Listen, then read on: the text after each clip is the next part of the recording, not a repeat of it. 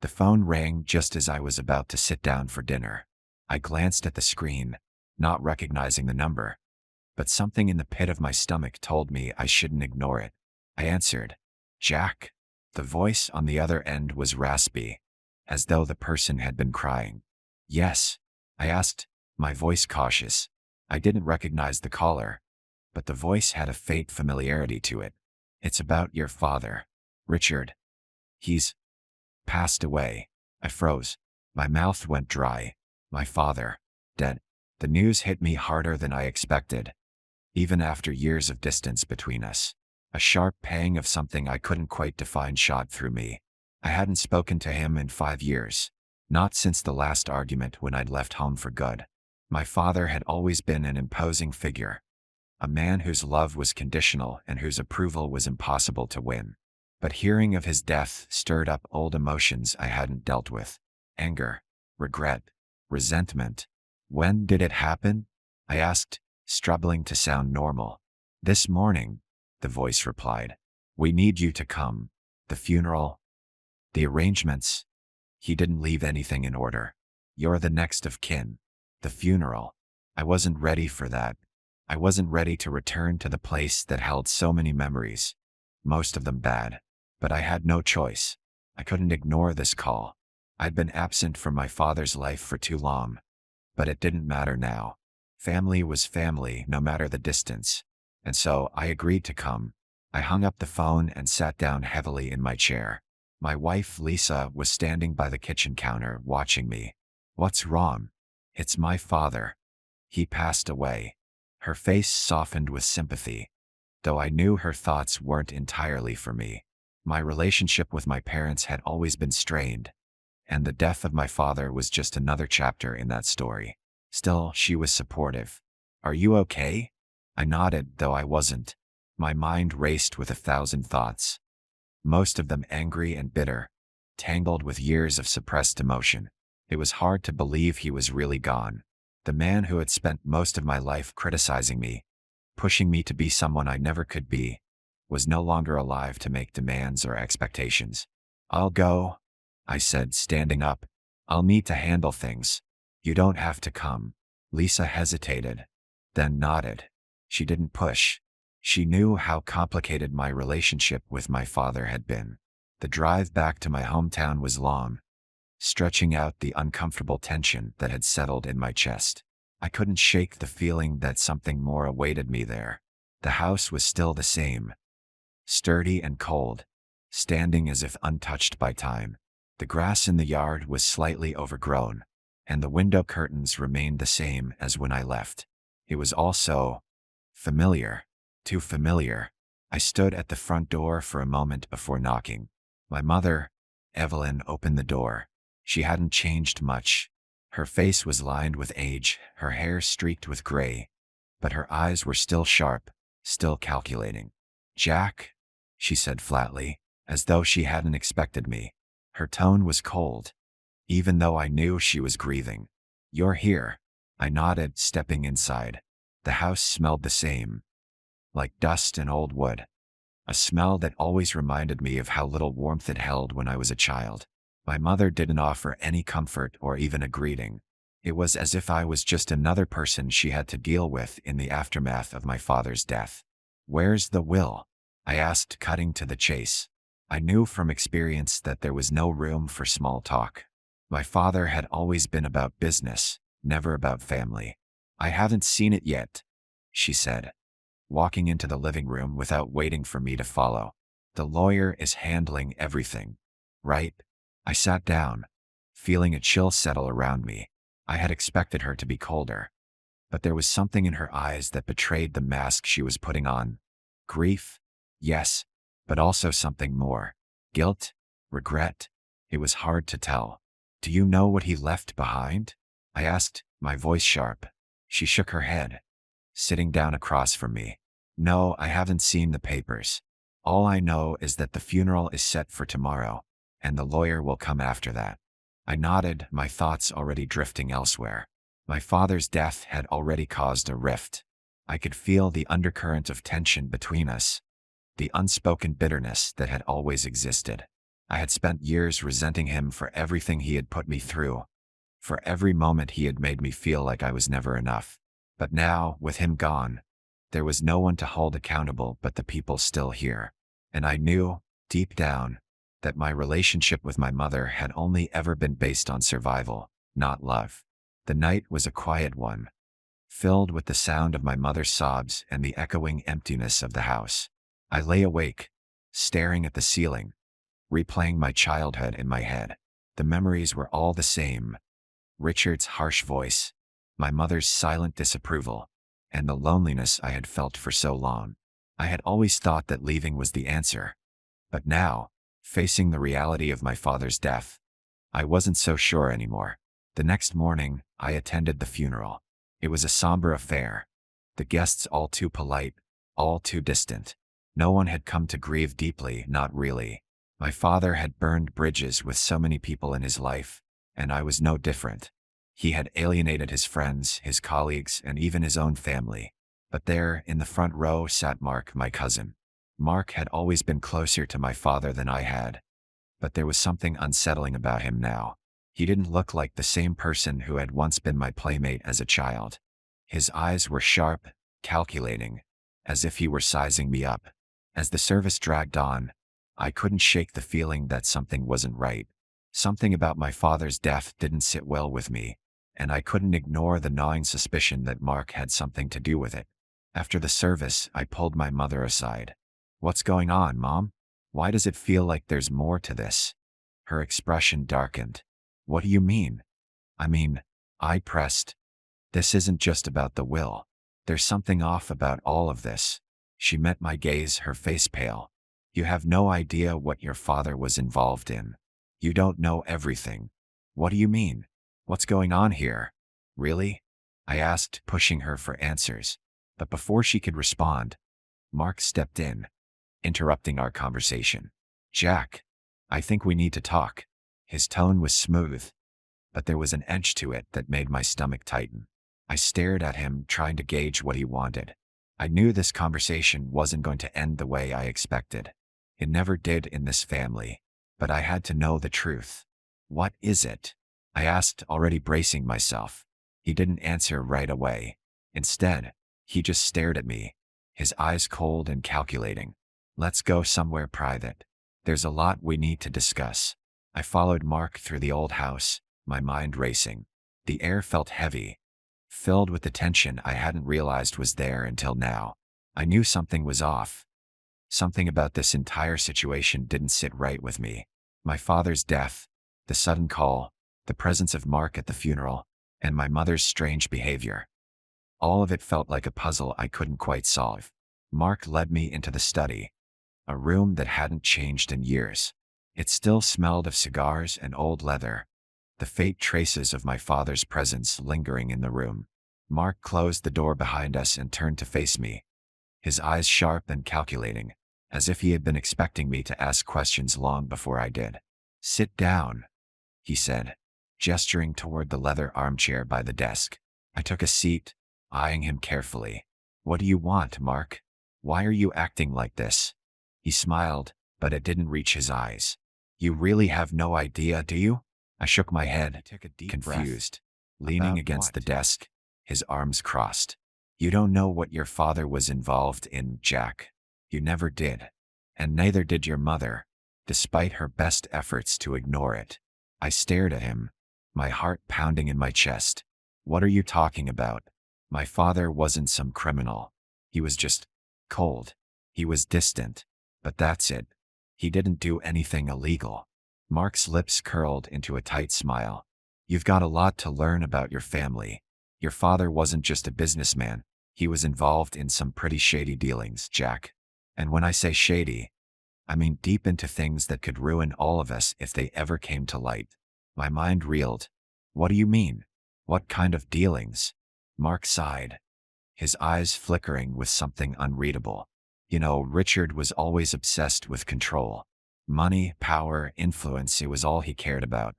He built this empire by stepping on anyone who got in his way. But the thing is, he had a backup plan, a secret one." I felt a chill run down my spine. "What kind of backup plan?" Mark leaned forward, lowering his voice as if he was about to reveal something world-shattering. Your brother, Thomas, he didn't die, Jack. He faked it. Your father was in on it, and I've been involved in cleaning up the mess ever since. My head spun. Thomas? Faked his death? What are you talking about? Mark's gaze hardened, and I could see the remnants of the man I once knew, the cousin I grew up with. But now he was different, calculating, detached. Yeah, Thomas is alive, and he's been hiding under a different name for years. Your father knew. He was going to hand over the business to Thomas when the time was right. He didn't want anyone to know about it, especially you. I could barely breathe. This was impossible. My brother had died when I was just a teenager. I had mourned him. I had buried the grief and moved on. And now, Mark was telling me that it was all a lie? That Thomas was alive and had been playing a game with all of us? The disbelief twisted in my stomach like a knife. No, I muttered, shaking my head. No, that can't be true. You're lying. Mark's expression darkened. I'm not lying, Jack. I don't have to. I was there, remember? I was part of the plan. Your father was going to stage Thomas's death, get rid of him for a while, and when everything calmed down, he was going to bring him back to take over. It was all about money and power. Everything always was. I stared at him, my mind struggling to catch up with his words. Why are you telling me this now? Why not before? Because now that your father is dead, it's your turn, Mark said, his voice dripping with something like anticipation. Your father left a mess behind, and the thing is, that mess is now yours to clean up. But you don't know the full extent of it. You think you're gonna just walk away with some inheritance and forget about all of this? You can't, Jack. It's too deep. It's too dangerous. I felt a rush of panic rise in my chest. What are you saying? What do you want from me? I'm saying you need to understand what you're dealing with here, Mark continued. You think you can just step in, take the money, and go home. But Thomas isn't just going to let you walk away with everything. He's got plans, Jack. Plans that include you. And if you don't play along, you're going to be swallowed up by it all. The weight of his words hit me like a punch to the gut. I had never imagined that my family was involved in something this tangled, this dangerous. I had spent years trying to distance myself from them, from my father's legacy. But now I found myself sucked back into the very mess I had tried to escape. Where is he? I asked, my voice shaking with both fear and anger. Mark smiled, the coldness returning to his eyes. I can't tell you that. Not yet. But trust me, Jack. Thomas will be in touch soon enough. And when he does, you'll have to make a choice. I stood up abruptly, my heart hammering in my chest. This is insane. You expect me to just go along with whatever Thomas wants? Mark's gaze never wavered. I don't expect you to do anything, Jack. I'm just telling you the truth. You're in this whether you like it or not. I didn't know what to think. My mind raced as I tried to process everything Mark had just laid out. My father's secret, my brother's disappearance, the twisted legacy that was now mine to face. Felt like the floor had been ripped out from under me. I need some time to think, I said, my voice strained. Mark didn't respond. He just watched me, a faint smirk playing at the corners of his mouth. Take all the time you need, but don't wait too long. Time's running out. I left the study, my head a whirl of confusion. What was I supposed to do now? How could I even begin to unravel this mess? As I walked back to the living room, I felt the weight of my family's dark history pressing down on me. My father had been a man of secrets, and now those secrets were mine to uncover. I didn't know if I was ready for what lay ahead, but one thing was clear. There was no turning back now. The storm was coming, and I had no choice but to face it head-on. I walked out of the house, the door closing behind me with a finality that made me feel more alone than ever. The drive back to my apartment was a blur. My mind was too consumed with Mark's words, and my stomach churned with a mix of anger, disbelief, and fear. How had I not known about any of this? My father, a man I thought I understood, had been hiding an entire world from me. A world that now, somehow, was my responsibility to navigate. The more I thought about it, the more surreal it felt. I kept asking myself why Mark would tell me all this now. What was his angle? Was he trying to manipulate me? Or was he genuinely trying to help? I didn't know anymore. I pulled into the parking garage of my building and sat in the car for a moment, just staring at the dashboard, trying to ground myself. I had to process everything. But how could I? My brother was alive, and my father had been involved in something far deeper than I could have ever imagined. And now I had to somehow step into the middle of it. I didn't even know where to start. When I walked into the apartment, Lisa was sitting on the couch, flipping through a magazine.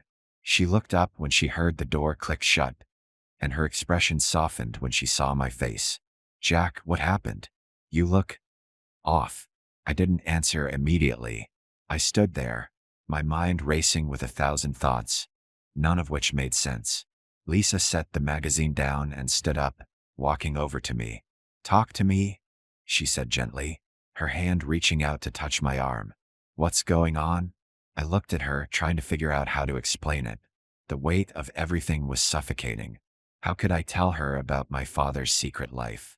How could I explain the possibility that my brother was alive, and I had been kept in the dark all these years? "Lisa, I don't even know where to begin," I muttered, rubbing my face with my hands. "Start from the beginning. Whatever it is, we'll figure it out together." I took a deep breath and began. I told her about Mark, about the phone call, about my father's death, and about the web of lies that had been spun around me for years. I told her about my brother's supposed death and Mark's revelation that Thomas was still alive, hiding under a different identity. As I spoke, Lisa listened intently, her expression shifting between concern and disbelief. When I finished, there was a long silence. Lisa didn't say anything at first, but I could see the wheels turning in her head. Her brow furrowed as she processed the information. "I don't know what to say," she finally said. "It's just too much. But I'm glad you told me." "Glad?" I asked, my voice rising. "Lisa, my entire family has been lying to me for years, and now I'm stuck in the middle of some dangerous mess I don't even understand. How am I supposed to just deal with this?" She took a step closer, placing her hand on my shoulder. "Jack, I didn't mean it like that. I'm trying to make sense of it, too. This is a lot. But whatever happens, I wanted to believe her. I needed to believe her. But there was a part of me that couldn't shake the feeling that everything was slipping out of my control, and I wasn't sure how much longer I could hold on. "I don't know what to do next," I admitted, my voice barely above a whisper. "Well, first things first," she said. "You need to talk to Mark again. He knows something and you need answers. But be careful. It sounds like he's playing his own game." "I don't trust him," I said bitterly. "But I don't have a choice, do I?" Lisa gave me a pointed look. "No, you don't. You have to figure this out, Jack. But you're not alone in this." The reassurance in her voice was comforting, but it didn't quiet the storm in my mind. I spent the rest of the evening pacing around the apartment, trying to make sense of everything. But the more I thought about it, the more tangled it became. The only thing that was clear was that Mark was right about one thing. I was involved, whether I liked it or not. My father's legacy, the lies, the secrets. It was all part of my life now. As I lay in bed that night, sleep wouldn't come. My mind replayed every conversation I'd had with Mark, every detail I could remember, as if searching for some piece of the puzzle that would make it all make sense. But the more I thought about it, the more questions popped up. If Thomas had faked his death, why had he stayed away for so long? Why didn't he reach out to me? Was I just a pawn in my father's game, something to be used when it suited him? And if Thomas was really alive, what did he want from me? What role did I play in all of this? The next morning, I called Mark. I couldn't avoid this any longer. I needed answers. He answered on the first ring, his voice low and cautious. "Jack, I wasn't expecting you to call so soon. I need to meet with you," I said, trying to keep my tone steady.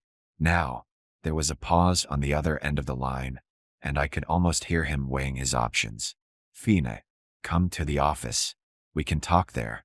I hung up without waiting for a response, grabbed my keys, and left.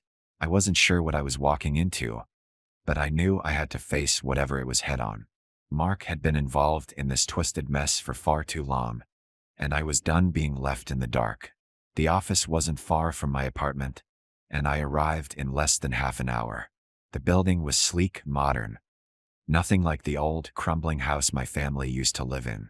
I walked into the lobby, where a security guard gave me a brief nod before letting me pass. Mark's office was on the top floor, a corner suite with panoramic views of the city. I could see the skyline stretching out before me, a reminder that there was a world outside of the chaos my family had created. I knocked on the door and entered without waiting for a response. Mark was sitting behind his desk, a glass of scotch in hand. He didn't look up when I entered, but I could tell he was expecting me. "I thought you'd come around," he said, his voice laced with something like amusement. "Come in. We need to talk." I shut the door behind me and walked in, feeling the weight of everything pressing down on me. The questions, the uncertainty, the fear. Everything was swirling in my head, but one thing was clear. I couldn't back down now. Not when I was so close to the truth. "What's really going on, Mark?" I demanded. "I need the full story. No more games." Mark set his glass down slowly, his eyes never leaving mine. "You want the truth?" he asked, his lips curling into a smile. "I'm afraid it's going to cost you." I stared at Mark, his words hanging in the air like a challenge. My heart was pounding in my chest, and I could feel the tension building between us. This was it. This was the moment I'd been dreading, the moment when I had to face the truth, whatever it might be. "You said the truth is going to cost me," I said, my voice steady despite the chaos swirling in my mind. "What does that mean?" Mark leaned back in his chair, eyes narrowing. "It means you can't just waltz in here and expect everything handed to you. You want answers? You'll have to make a choice." I felt a chill run down my spine. "What kind of choice?" He looked at me, his gaze piercing, calculating. "A choice between your old life and the new one you're about to step into. A life with power, influence, and consequences." I swallowed hard. I wasn't ready for this. I hadn't asked for this. But Mark was right. There was no turning back now. My father's legacy, my brother's betrayal, the web of lies. It was all too tangled to escape. And now I had to figure out which path I was going to take. "I didn't ask for this," I said, my voice barely above a whisper. "I didn't ask to be part of whatever game you and my father were playing." Mark smirked. "No one ever does. But here's the thing, Jack. You've been part of this game since the day you were born. Your father made sure of that. And now you're going to have to decide how far you're willing to go to keep it all from falling apart." I could feel the weight of his words pressing down on me. There was so much I didn't understand, so much I couldn't grasp. But one thing was clear, Mark was right. I couldn't just walk away. Not anymore. "What's the game, Mark?" I asked, trying to keep my voice calm despite the storm inside me. "What am I supposed to do now?" Mark leaned forward, his eyes gleaming with a strange mix of excitement and danger. "Your father wasn't just running a business, Jack. He was running an empire built on connections, power, and influence. And that empire is yours now if you want it." I shook my head, disbelief washing over me. "I don't want it. I don't want any part of this." Mark's smile faded, and for the first time, I saw something cold in his eyes. "You don't have a choice. It's already in motion. The question is, how are you going to handle it?" I felt a knot form in my stomach. How am I supposed to handle it? I don't even know what's going on. "Exactly," he said, his voice cold and calculating. "That's why I'm here. To make sure you understand. Your father left you more than just a fortune. He left you a mess. A mess that could destroy everything if you don't take control." I clenched my fists, my frustration growing. "What are you talking about, Mark? What mess?" He stood up suddenly, pacing the room. "I'm talking about Thomas, and I'm talking about the enemies your father made along the way. People who would do anything to take what he built. People who want to see everything burn." I stared at him, trying to piece together the fragments of his words. "You're saying Thomas is involved in this? He's part of the mess?" Mark stopped pacing and turned to face me. "Of course he is. You think he's been hiding all these years for no reason? He's got a stake in this, Jack. And he's not going to let you take control without a fight. I felt my stomach drop. What do you mean, a fight? Mark's expression grew darker. I mean, Thomas is no longer the naive kid you used to know. He's been trained. He's been preparing for this moment. And if you're not careful, he'll take everything from you. He's got the connections, the money, the power. Everything your father built, he wants it for himself. I felt a wave of panic rise in my chest. I can't do this. I can't fight him. I don't even know who he is anymore. Mark's eyes narrowed. That's the problem, Jack. You don't know him, and you don't know how deep this goes. But you're going to learn. You'll have to if you want to survive. I ran a hand through my hair, trying to make sense of it all. What do you want from me, Mark? Why are you telling me this?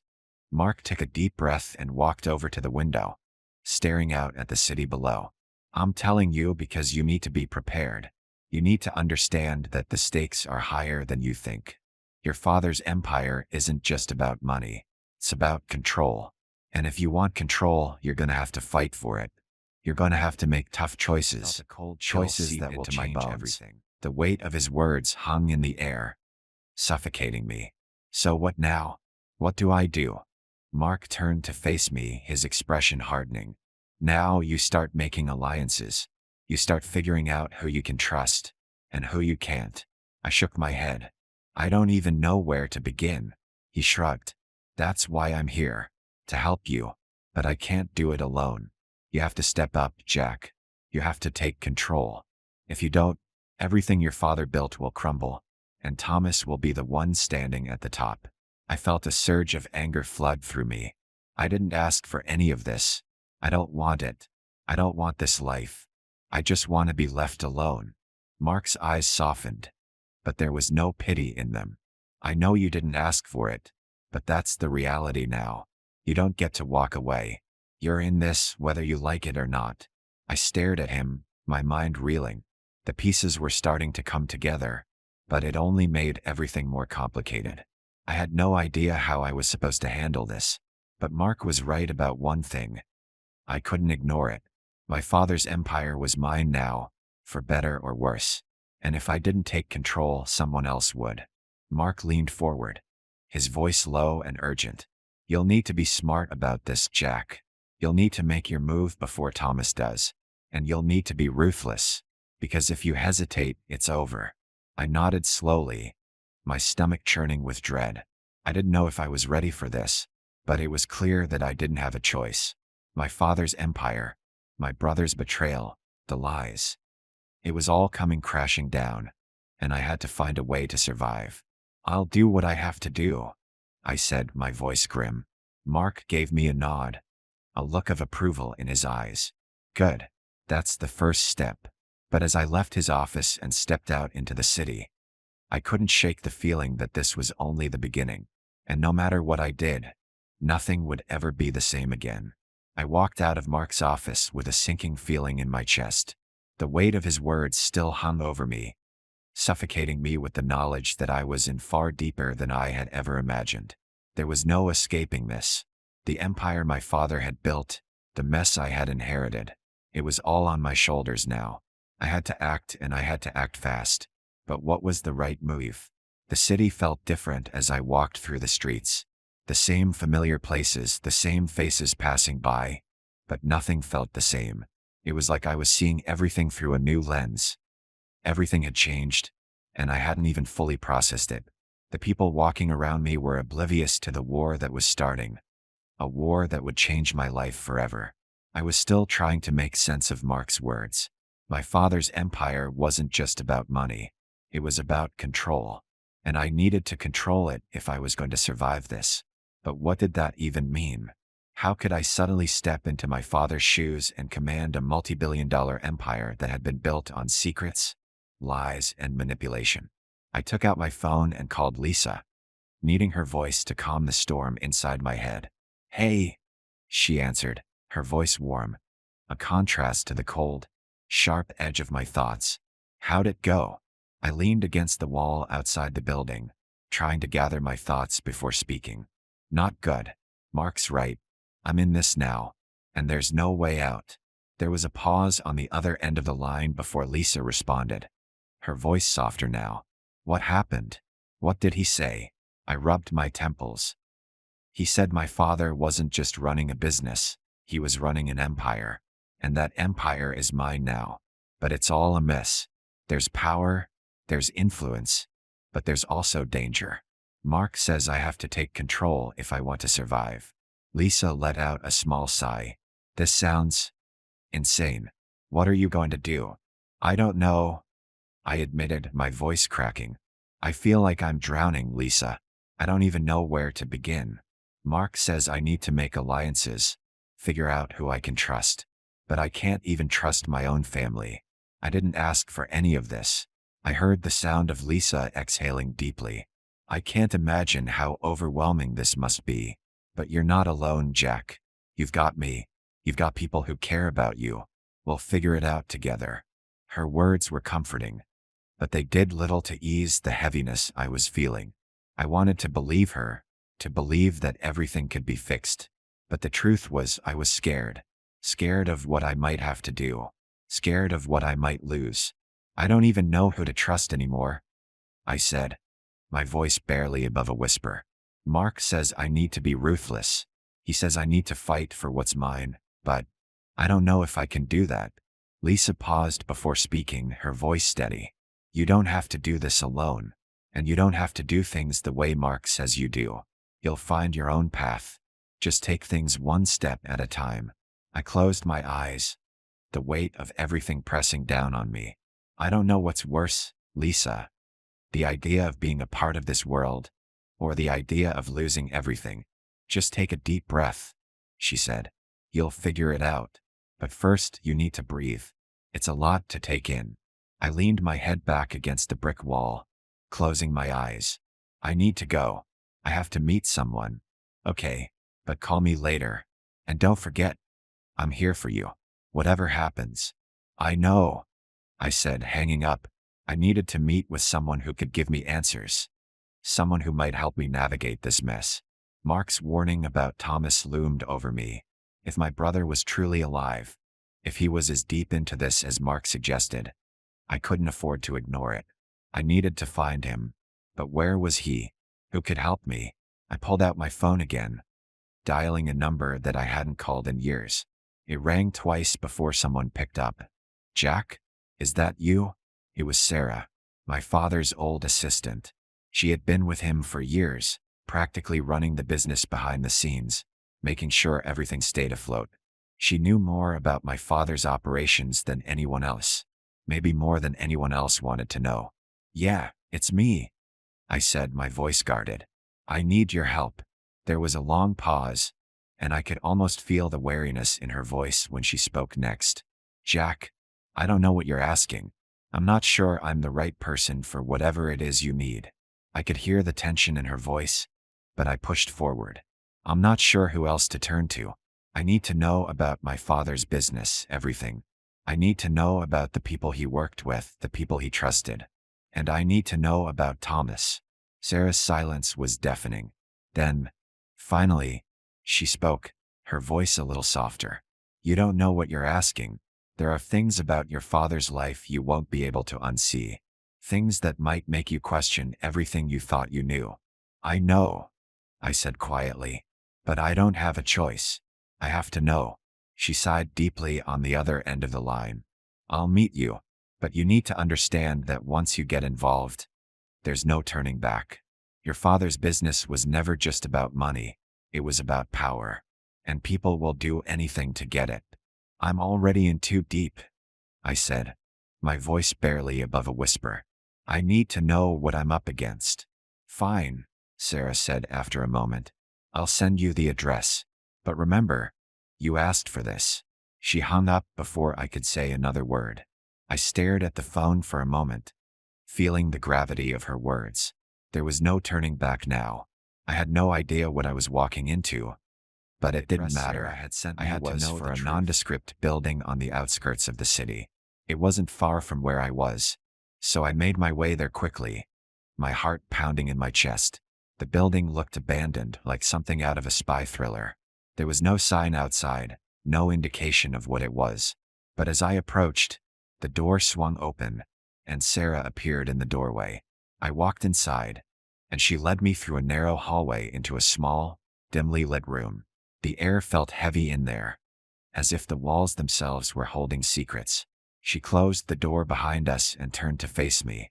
"Sit down," she said, her voice tight. "We need to talk." I took a seat at the small table in the center of the room, my hands trembling slightly. Sarah sat across from me, her eyes cold, her face unreadable. "Okay," she said. "Let's get one thing straight. You're not just going to be handed answers. If you want the truth, you're going to have to dig for it. But I'll help you. For now." I nodded, the weight of her words sinking in. There was no easy way through this, only a long, dangerous road ahead, and I had no idea where it would lead. The room was silent, the kind of silence that made you feel like you were holding your breath just to survive. Sarah sat across from me, her eyes locked on mine, and I could see the hesitation in them. She hadn't changed. I could still recognize the sharpness in her demeanor, the careful way she controlled every movement. But today there was something else, something that wasn't there before. A weariness, fear maybe. "So what now?" I asked, my voice cutting through the silence like a blade. "You said you'd help me, but what does that mean?" Sarah sighed, rubbing her temples as if she were trying to push through a headache. "What it means is that you're stepping into a world that's far darker than you think, Jack. A world where your father was playing with fire, and now you're holding the matches." I leaned forward, desperate for answers. I need to know everything. About Thomas, about what happened to him, and about my father. What kind of empire was he running? She hesitated again, her fingers drumming on the table. "You need to understand that your father wasn't just a businessman. He was involved in things that would make most people's stomachs turn. Money laundering, illegal deals with international players, and even worse, there were people who would have done anything to take him down." Couldn't breathe. My heart was pounding in my chest as her words sank in. This was worse than I had imagined. Worse than anything I could have ever prepared myself for. "But my brother," I started, but she cut me off, shaking her head. "Thomas was never just some innocent kid. He was your father's partner. He might have been quiet, kept to himself, but he was involved. And when your father died, something snapped in him. He wanted more than just the company. He wanted everything." "Everything," I echoed, my voice barely a whisper. "But I thought he was dead. I thought he was." "Your brother faked his death, Jack. He staged the whole thing. And now he's back. He's been planning this for years, and I'm sure he's already got eyes on everything you do." My stomach twisted into knots. "What? You're telling me my brother, Thomas, is alive? And he's been plotting behind my back this whole time?" Sarah nodded, her eyes hardening.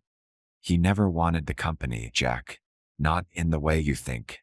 He wanted the power, the control. He was always trying to outsmart your father. And now that your father's gone, he's ready to take it all. He doesn't care who gets in his way." I could feel the anger rising inside me, burning hot and fast. "And you didn't tell me this sooner? I didn't think you were ready to hear it," Sarah replied coolly. "You've been living in a dream, thinking you could just waltz in and take over your father's company. But it's not that simple. The game is already set, and your brother's been playing for years." I slammed my fist on the table, the sound of it echoing through the small room. "I didn't ask for any of this. I just want to know what happened to my father. What happened to my family?" "Your father knew what he was doing," Sarah said, her voice low and serious. "He made enemies, and he made alliances, but he never trusted anyone completely, not even your brother. Thomas might have been in the shadows, but he was always there, biding his time. And now, it's his turn to take control." I ran my hand through my hair, frustration building to a breaking point. "So what do I do now? How do I stop him? I don't even know where to start." Sarah stood up, walking over to the window and staring out at the skyline. "The first step is to figure out who's on his side.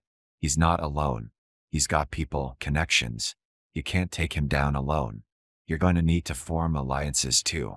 How do I trust anyone? I asked bitterly. How do I know who's working for him and who's working for me? You don't, she said, turning back to face me. That's the hard part. You have to be willing to take risks. Trust the people who have something to lose, people who have nothing to gain from Thomas's rise. I stood up, pacing the room as my mind raced. My brother was alive, and he was out there somewhere, plotting against me, plotting against everything I'd ever known. The feeling of betrayal was overwhelming. How had I been so blind? I thought I was starting to understand the truth, but now, it seemed like the truth was slipping away from me faster than I could grasp it. I don't even know where to start, I muttered under my breath. You start with yourself, Sarah replied, her tone firm. You need to get your head in the game. Your father didn't build this empire by playing nice. If you want to survive, you need to stop thinking like a victim. You need to think like a leader. I stopped pacing, my eyes meeting hers. You're right, I said quietly. I can't keep running from this. I have to fight for it. Sarah gave a small nod. Good. But remember, Jack, this won't be easy. There will be sacrifices. People will betray you. People you trust. I looked at her, trying to read her face. Have you been betrayed? She didn't answer right away, instead walking back to the table. Everyone in this world gets betrayed eventually. The question is, how do you deal with it? I swallowed hard. I don't know. I don't even know who I can trust anymore. You'll figure it out, Sarah said. You'll have to. I stood there for a moment, my mind running through 1,000 thoughts at once. Thomas was out there, waiting for his moment, and I was here, scrambling to figure out how to stop him. But even if I managed to beat him, even if I managed to take control of the empire, would it be worth it? Would I be able to live with myself? I ran my fingers over my face, trying to clear my thoughts. The room felt too small, too suffocating. There were so many questions, so many unknowns, and I had no answers. Not yet. Let's start with finding out who's working for Thomas, Sarah said, her voice cutting through the haze in my mind. We'll dig deeper into his connections, his alliances. We need to know everything. I nodded, my resolve hardening. Let's do it. But as I turned to leave the room, a thought gnawed at me. What if Sarah wasn't telling me everything? What if she had her own agenda? It was impossible to know who I could trust anymore. Every person in my life seemed to be holding something back, hiding something from me. I had no choice but to keep moving forward, to keep digging, even if it meant I was digging my own grave. I had to figure this out, and I had to do it fast. Time was running out. Couldn't sleep. Every time I closed my eyes, my mind wouldn't let me rest. The image of my father's empire, everything he built, kept flashing before me, and in the back of my mind, Thomas's face loomed large. He was alive. My brother was alive, and he was coming for everything I had. I had to do something. I couldn't just wait around for him. I drove to the company headquarters. It was still early, the city barely awake, but I couldn't shake the feeling that the longer I waited, the more control I'd lose. The moment I parked, I felt the weight of the building pressing down on me. It wasn't just steel and glass. It was the weight of decisions, the weight of power, the weight of what I might have to do to survive. Inside, the halls were quiet. I walked down the corridor to my father's old office, the place where everything started, where deals were made, where promises were broken. As I entered, the scent of leather and mahogany hit me, a familiar smell that used to comfort me. But now it only reminded me of the darkness beneath it all. I wasn't sure what I was looking for, but I needed something, some clue that would tell me where Thomas was or what he was planning. My father's desk was still there, his papers neatly stacked in piles, but it was empty. There was no sign of him, no sign of the man who had been at the center of it all. I ran my fingers over the smooth surface of the desk, eyes scanning the room. The walls were lined with books, trophies, awards, symbols of a man who had conquered the world. But what good were these symbols if they were all built on lies? What had my father really been? A genius businessman or a ruthless tyrant? The truth was out there, but I didn't know if I was ready to face it. I sat down in the chair behind the desk, running my hands over the familiar leather. The office was too quiet, too still. I needed answers, and I needed them fast. I opened the top drawer of the desk, carefully sifting through the papers, my fingers brushing over contracts, old documents, and financial reports. Nothing stood out, nothing felt like the key I was looking for. Then I found it, a small, worn envelope, tucked at the back of the drawer. I pulled it out, examining the paper, which was yellowed with age. The envelope was sealed, but there was no name, no indication of what it contained. My heart raced as I carefully tore open the envelope and unfolded the letter inside. The handwriting was unmistakable. It was my father's. I read through it quickly, my hands trembling as the words blurred together. It wasn't a business letter, not a financial report or a contract. It was a personal note, and from the looks of it, it was written just before his death. "Jack," it began, "I don't know if you'll ever read this, but if you do, know this, your brother is not what you think. He is dangerous, and I fear that he will do anything to take everything I've worked for. If you ever find yourself in a position where you have to choose, remember this. There are no real alliances in this world. Trust no one, not even me." The letter ended there, but the words echoed in my mind. Trust no one, not even me. My father had been warning me all along, but why hadn't he said anything more? Why hadn't he told me what was going on before everything fell apart? I shoved the letter back into the envelope and tucked it into my jacket pocket, standing up quickly. I didn't have time to dwell on it. The truth was clear. I had to stop Thomas before it was too late. I left the office and called Sarah. She picked up almost immediately. "Jack, what's going on?" she asked, her voice sharp and a little anxious. "I found something," I said, pacing down the hallway. "A letter from my father. He warned me about Thomas. He said he's dangerous, that I can't trust anyone." Sarah was silent for a moment. "I knew it," she said, her voice quiet but firm. "Your father knew exactly what was happening. He saw it coming, and now you're in the middle of it.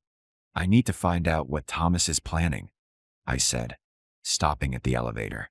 "How do I get to him? How do I stop him from taking everything?" "First, you need to understand that Thomas has connections," she said, her voice steady now. "He's not just some rogue element. He's been working with people outside of your father's circle, people who are just as dangerous. He's playing a long game, Jack. You can't just charge in blindly." "I don't have time for a long game," I said, feeling the frustration rising again. "I need to stop him now before he makes his move." Sarah was quiet for a long time. "You're right. Time is running out, but charging in blindly won't work. You need to gather information, understand who Thomas is working with, and who's loyal to him. If you're going to have any chance of beating him, you need to play the game, and you need to be smart about it." "All right," I said, taking a deep breath. "Give me the names of the people who might be helping him. I'll start there." "I'll send you everything I have," Sarah said. "But be careful, Jack. There's no going back once you're in this. You're stepping into a war that you might not be ready for." "I'm ready," I said, though the words felt hollow. "I don't have a choice." As I hung up, I felt a sudden surge of determination. Couldn't back down. I wouldn't. Thomas thought he had me cornered, but he didn't understand who he was dealing with. I wasn't just some pawn in this game. I was the king, and I would take control no matter the cost. I got into my car and drove through the city, the streets flashing by in a blur.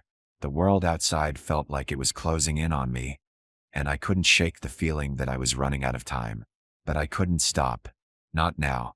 When I reached my apartment, I sat down at my desk and opened the laptop Sarah had sent me. The list of names she had compiled was long, but there was one that stood out to me immediately: Victor Caldwell. A name I hadn't heard in years, but a name I knew all too well. Victor was one of my father's oldest rivals, a man who had always been hungry for more.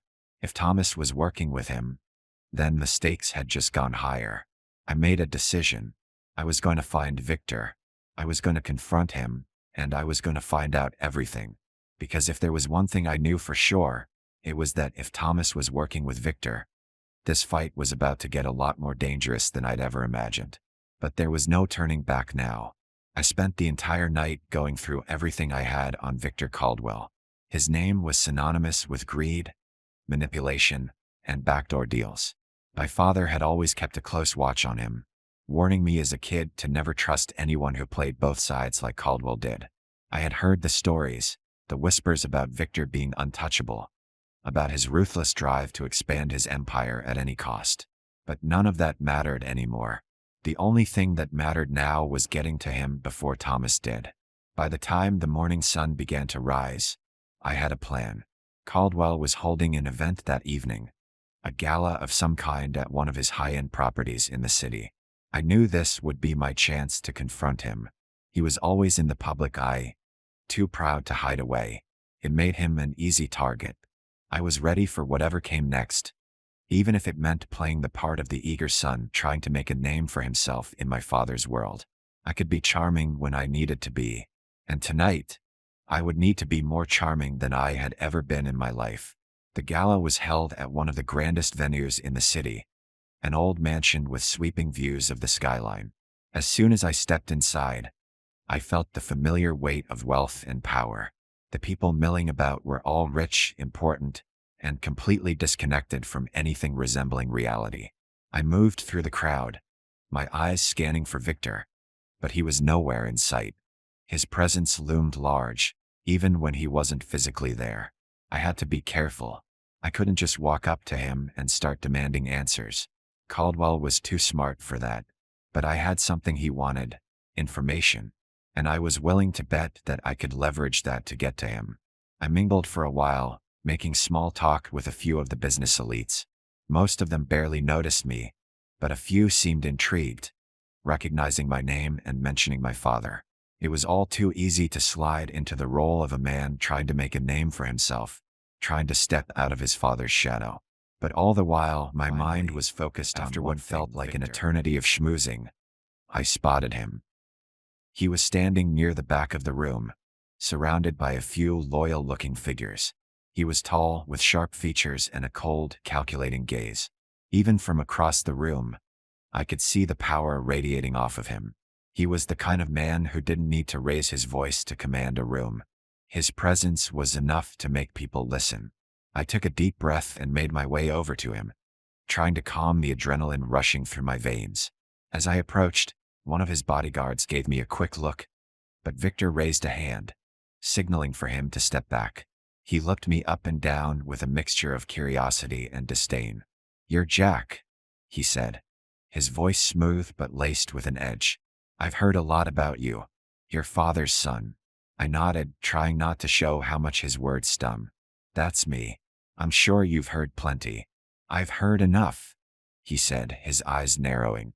"But you're not here for pleasantries, are you? You want something." I smiled, playing the part of the eager, ambitious son. "Actually, Mr. Caldwell, I think we both want the same thing. I know about Thomas." Victor's expression didn't change, but something flickered in his eyes. I could see that I had struck a nerve. "Good. What exactly do you know about my brother?" I pressed, leaning in slightly. I wasn't sure what game I was playing yet, but I wasn't gonna back down. Victor's lips curled into a smile, but it was cold, calculating. "I know a lot of things about your brother, Jack. Things you wouldn't understand." "Maybe," I said, matching his smile. "But I think I understand enough to know that he's not the only one with a plan. You're working with him, aren't you?" His eyes flickered for a brief moment, the smallest sign of weakness. It was enough to tell me that I was on the right track. But he recovered quickly, his mask of control slipping back into place. "You're playing a dangerous game," he said, his tone shifting to something more dangerous. "Your brother and I have our own business to deal with. You're out of your depth, Jack. I suggest you go back to your little corner of the world and let the grown-ups handle things." I didn't back down. "You don't get to decide that, Caldwell.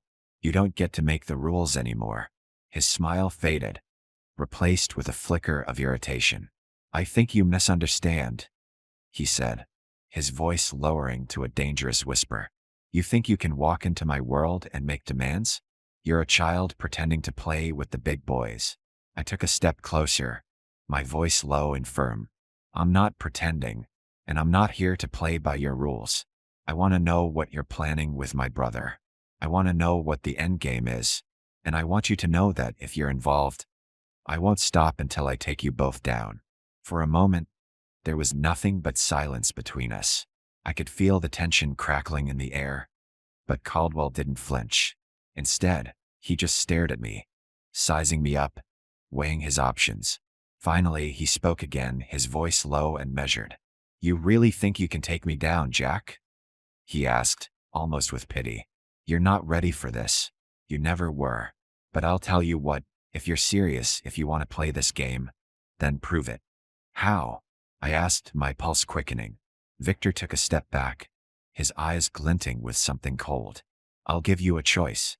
You can walk away, go back to your pathetic little life, and forget all of this. Or you can step into the real world, Jack. You can join us. Help us achieve what your father couldn't. You'll have everything you want. Power, money, control. But make no mistake, you can't have it both ways." I stared at him, my heart pounding in my chest. He was offering me a chance to join him, to work with him and Thomas, to take everything I had ever wanted. The temptation was there, clear and strong. But deep down, I knew it was a trap. "I'll never join you," I said, my voice steady. "I'm not like you." Victor's smile returned, but it wasn't friendly. "We'll see, Jack. We'll see how long you hold on to that idealism of yours." As I turned and walked away, I could feel the weight of his words pressing down on me. This was it. The real game had begun, and I was about to find out just how far I was willing to go to stop Thomas and Caldwell. But one thing was certain. I was in too deep now. There was no turning back. I barely slept that night. The weight of everything pressing down on me, the pressure of making the right choice, of deciding how far I was willing to go, haunted me. Victor's words echoed in my mind, a constant reminder that I had crossed a point of no return. There was no easy way out now. It was either play the game or be destroyed. I could already feel the walls closing in, the noose tightening around my neck. The question wasn't if I could win anymore. It was whether I could survive. The next morning, I found myself standing in front of the old family estate, the place that had once been my sanctuary. Now it felt like a prison. I had spent so much of my life here, learning from my father, watching him build his empire, seeing the sacrifices he had made. And now it was all coming undone. The past, the present, and the future were all tangled up in one massive mess. And I had no idea how to untangle it. But I had to try. I walked inside, trying to steady my breath. Everything felt different. More empty. As if the house knew it was on the brink of something terrible. My footsteps echoed through the grand hall, each one reminding me of the man I was supposed to be. The man my father had hoped I would become. Couldn't let that hope die. Not yet. I went straight to my father's study. It felt like a safe haven, a place where I had always gone to find answers. The desk was still the same, the bookshelf still filled with old leather-bound volumes. But today it felt like a mausoleum. My father's world was slowly fading away, and I was left holding the pieces. I opened the drawer and pulled out the letter again, the one my father had written to me, warning me about Thomas, about Caldwell. His words still rang in my head. Trust no one, not even me. But what did that mean? Was my father part of the plan? Had he been involved in something darker than I could ever imagine? I slammed the letter back into the drawer, frustration welling up inside me. I didn't have time to dwell on it. Thomas was out there, Victor was playing his game, and every second I spent questioning the past was another second they were pulling ahead. I needed answers. I needed to confront my brother. I dialed Sarah's number, not bothering with pleasantries. "I need to find Thomas," I said, my voice tense. "I know. I've been tracking his movements. He's not making it easy, but I have an idea where he might be. He's holed up in an old building downtown. Some kind of safe house. You'll have to move quickly." "Good. Send me the address," I said, already heading toward the door. "I'll deal with him myself." The drive to the building felt like it took forever. Every traffic light felt like it was slowing me down. Every passing moment was another chance for Thomas to slip away. But I couldn't stop now. I couldn't afford to. When I finally reached the building, I parked a few blocks away. The place was an old warehouse on the edge of town, a place where no one would ever expect to find anything important. I made my way toward it, my heart racing. I was close now, so close to ending this. I wasn't sure what I expected to find when I walked through the door, but it sure wasn't what I encountered. The place was dark and musty, the air thick with the scent of dust and mildew. But there was something else in the air, something off. It felt like a trap, and the hairs on the back of my neck stood up. I stepped forward cautiously, my every instinct telling me to be careful. My hand went to the gun in my jacket pocket, and I felt the cold metal against my fingers. I wasn't here to play games.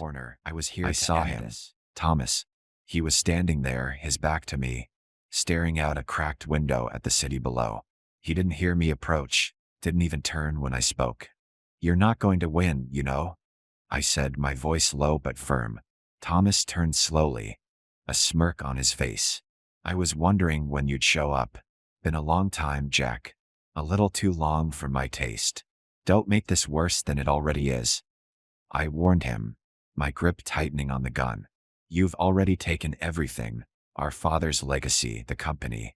What more do you want?" He laughed softly, shaking his head. "You're still holding on to that, huh? The legacy? The company? Dad was just a stepping stone, Jack. He wasn't the genius you think he was. He was a man who played a game, and I'm playing it better. I'm not going to let you get away with this," I said, stepping closer. "You're playing with fire, Thomas, and this time you're going to burn." He looked at me for a long moment, his gaze calculating.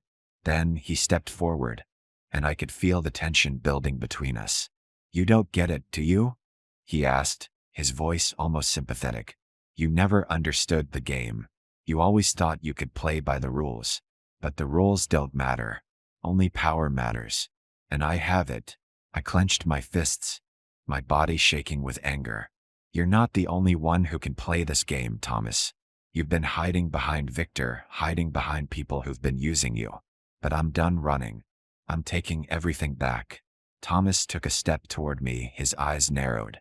"You don't think you can just walk in and take what's mine, do you? You're out of your depth. You've always been." "I'll take my chances," I said, my voice hard. "I'm done being your pawn." For a moment, it felt like we were standing on the edge of a precipice, staring each other down, both of us knowing that only one of us could walk away from this.